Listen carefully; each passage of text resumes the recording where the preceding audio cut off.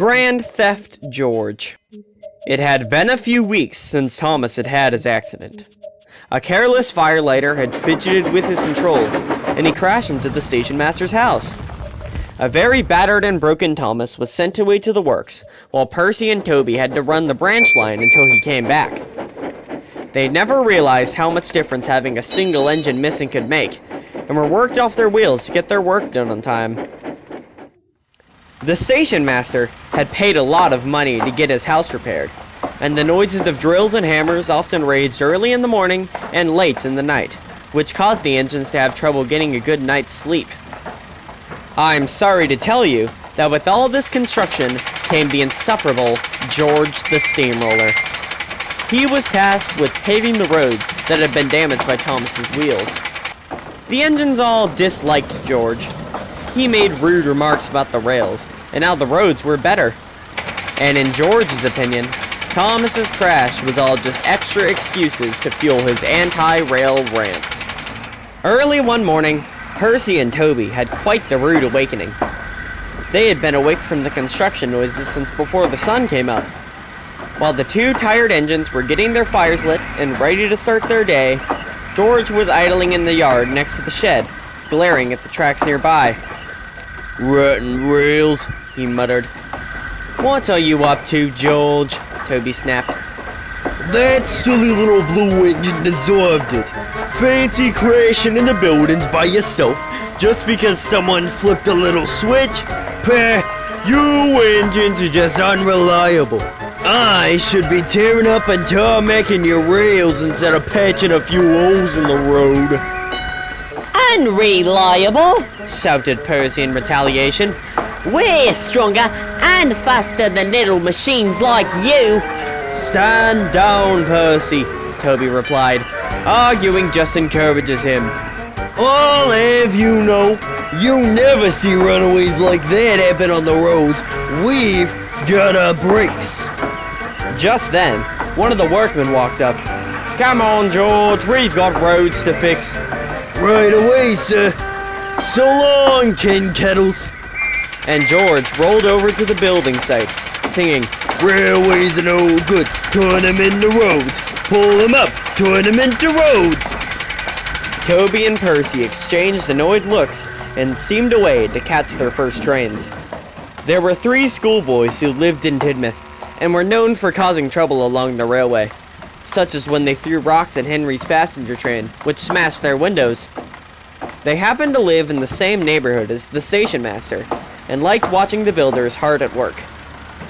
While George and the workers repaired the house, the 3 boys stood nearby, watching the work and chatting. God, Johnny, look at that. He can flatten those roads like a rolling pin. Must be fun to drive, eh? The boys looked at each other mischievously. They had found their next target. The workmen finished all their repairs by the end of the day. They packed up and headed home, ready for tomorrow. See, the next day was Sodor Day, a national holiday on Sodor, celebrating its first founding. The workers of the construction company had time off, and students were given the day off from school. George was enjoying his day off, dozing in the sun, not a care in the world. Suddenly, he heard the sound of footsteps on the gravel approaching him, and people talking secretively. Huh? Work already? But it's my day off, grumbled George as he sleepily opened one eye. The workmen were smaller than usual, and talked a bit higher pitched. They weren't in uniform either. All right, Johnny, go it, cried one as they climbed into George's cab. Give me a minute, Ralph, said another. I don't know how to drive this thing. Hey, what's going on? What's the assignment? said George. Pave some roads at, Wellsworth. Already? We just paved them a few weeks ago. They're already broken again. Just don't worry about it. Slowly, a very confused George began moving as the children cheered. As the 3 boys fumbled with the controls, George swerved randomly around the yard. Percy was just arriving at the station with Annie and Clarabelle. He had a few minutes before he had to leave with Thomas's local. As the passengers boarded the train, Percy looked over at George. Look at him, he thought. Must be trying to show off. But then, he noticed the three schoolboys in the cab. Alarmed, Percy alerted the stationmaster, who then contacted the authorities. Soon enough, George and the boys were out of the yard and speeding down the road, which for George's speed wasn't very fast anyway. George was terrified as they swerved past Bertie the bus. Hey, watch where you're going, clumsy wheels! Sorry, Bertie, I can't stop! That's what they all say. Soon, the kids saw a figure in blue approaching on his bicycle, yelling at them to stop. Uh-oh, it's the coppers! Run! Suddenly, the kids jumped out of George's cab and ran back to their homes as fast as they could. Now without a driver, George kept rolling down the road.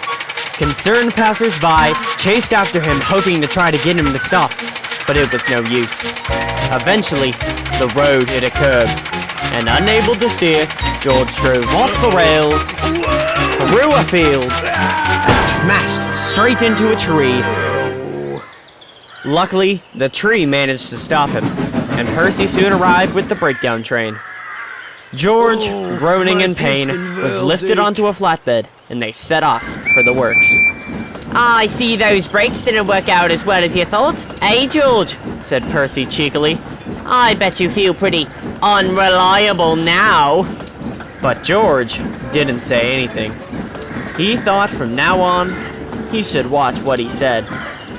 And as for the naughty kids, they were soon caught by the police and were given a very stern talking to from their parents. I think they've both learned their lessons. Don't you?